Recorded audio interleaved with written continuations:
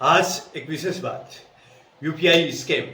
UPI scam से खाते हो रहे हैं अकाउंट के अकाउंट खाली। दिल्ली पुलिस ने 5 टेक्निक बताई हैं जिनसे होते हैं सबसे ज़्यादा फ्रॉड। कैसे हो जाता है फ्रॉड? आप यूपीआई का इस्तेमाल करते हैं, आमतौर पर सभी लोग करते हैं, और उन्हीं के साथ ऐसे स्कैम हो रहे हैं, तो शायद यूपीआई का भविष्य खतरे में है। यूपीआई का इस्तेमाल काफ़ी समय से हो रहा है और आजकल आम हो गया है।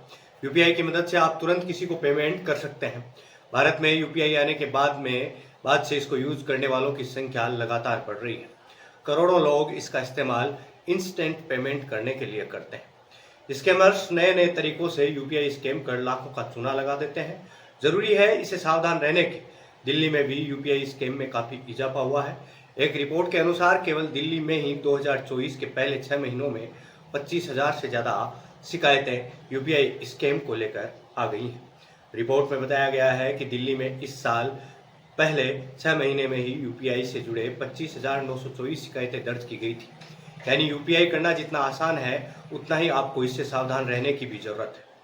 टीओआई की एक रिपोर्ट के अनुसार एक पुलिस अधिकारी ने यूपीआई स्कैम से सावधान रहने की टिप्स दी है। उन्होंने उस सबसे ज्यादा इस्तेमाल तरीकों के बारे में भी बताया है जिसका यूज स्कैमर्स यूपीआई फ्रॉड को अंजाम देते हैं। Fake payment screenshot. इस स्कैम में सबसे ज्यादा इस्तेमाल फेक पेमेंट स्क्रीनशॉट का किया जाता है। धोखाधड़ी करने वाले फेक स्क्रीनशॉट तैयार करते हैं। इस फेक स्क्रीनशॉट में दिखाया जाता है कि पीड़ित को पैसे भेज दिए गए हैं। फिर इस स्क्रीनशॉट को टारगेट को भेजकर उन्हें पैसे वापस करने के लिए कहा जाता है। जो लोग इसे डबल क्रॉस के बिना पैसे वापस कर देते हैं, वे लोग इस स्कैम का शिकार हो जाते हैं। Friend in need scam. इसके अलावा दूसरे तरीके स्कैम जो चल रहा है, उसमें स्कैमर दोस्तों या रिश्तेदारों की परेशानी में होने की बात करते हुए पीड़ित से पैसे भेजने के लिए कहता है। इसमें भी यूजर्स को जिसके नाम पर पैसे मांगे जा रहे हैं, उसे कॉल करके वेरीफाई कर लेने की जरूरत है। जब तक फोन पर बात ना हो जाए, आप पैसे न भेजें। फेक यूपीआई क्यूआर कोड के जरिए भी स्कैम हो रहा है। स्कैमर्स यूजर को मैलिशियस वेबसाइट पर ले जाते हैं। वहां जैसे ही यूजर कोड स्कैन करता है, उसकी यूपीआई डिटेल्स की जानकारी स्कैमर्स को मिल जाती है, जिसका फायदा वे उठा सकते हैं। इस वजह से हमेशा किसी कोड को स्कैन करने से पहले उसे वेरीफाई जरूर कर लें। Screen monitoring app. स्कैमर्स आपको किसी मैलिशियस ऐप डाउनलोड करने का लालच दे सकते हैं। इन ऐप्स के जरिए आपकी स्क्रीन एक्टिविटी रिकॉर्ड करते हैं। यानी आप स्क्रीन पर जो टाइप करेंगे वह स्कैमर्स भी देख पाएंगे, जिससे यूपीआई पिन और ओटीपी जैसे सेंसिटिव जानकारी तक उनकी पहुंच हो जाती है। कभी भी किसी के बहकावे में आकर अनजान ऐप डाउनलोड ना करें।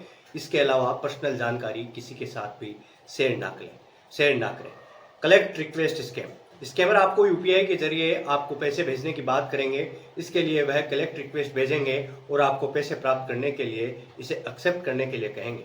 कभी भी पैसे प्राप्त करने के लिए यूपीआई पिन डालने की जरूरत नहीं है। आप रिक्वेस्ट एक्सेप्ट करेंगे तो आपके पैसे स्कैमर्स के अकाउंट में चले जाएंगे। तो इन तरीकों से आप स्कैमर से बच सकते हैं। जैसे जैसे चीजें बनती हैं, उनका सदुपयोग होता है, वैसे वैसे ही उन चीजों का दुरुपयोग भी शुरू हो जाता है। कुछ असामाजिक तत्व है, हर चीज में एक नेगेटिव पॉइंट ढूंढते हैं और उस पर काम करना शुरू करते हैं और उस चीज को बर्बाद करने की ठान लेते हैं।